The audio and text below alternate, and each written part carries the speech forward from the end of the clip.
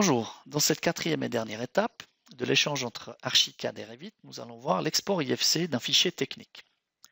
Dans ce cas, assurez-vous d'être toujours dans une vue 3D et de choisir un niveau de détail correspondant, ici dans ce cas élevé. Ensuite, fichier, exporter IFC, vous obtenez une boîte de dialogue dans laquelle vous pouvez modifier les réglages en choisissant ici de créer un nouveau réglage d'export.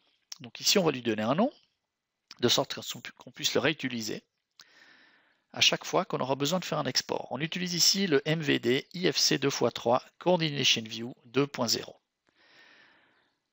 Ce qui est très important maintenant, c'est dans l'onglet Avancé de vous assurer d'activer ici inclure l'élévation à l'IFC site. Ça, c'est très important et c'est le seul réglage qu'on va faire pour l'exercice qui nous intéresse ici. Il y a d'autres réglages qui sont importants, mais pas pour le géoréférencement. Assurez-vous ensuite d'enregistrer votre fichier ou d'exporter votre fichier, ici dans le même dossier que le fichier Revit lui-même.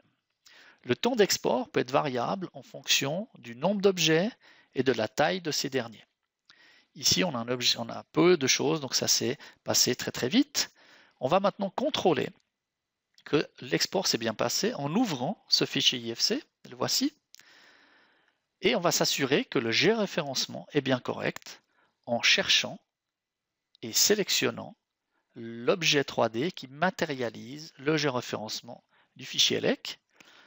Dans Location, on va s'assurer que les coordonnées X, Y et Z correspondent bien au fichier d'architecture ou, si existant, au plan d'exécution BIM.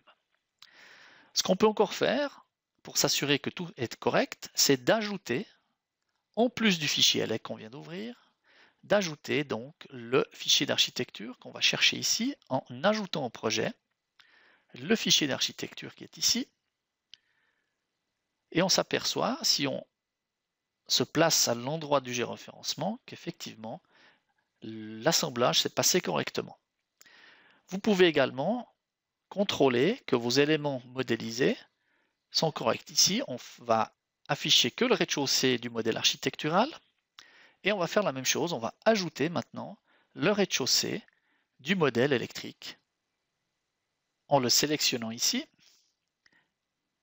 et ensuite ajouter à la vue, ce qui nous permet de visualiser tous les équipements électriques, de contrôler leur emplacement, par exemple ici les prises et les luminaires, et ça donne donc plus de finesse sur le contrôle. Merci pour votre attention.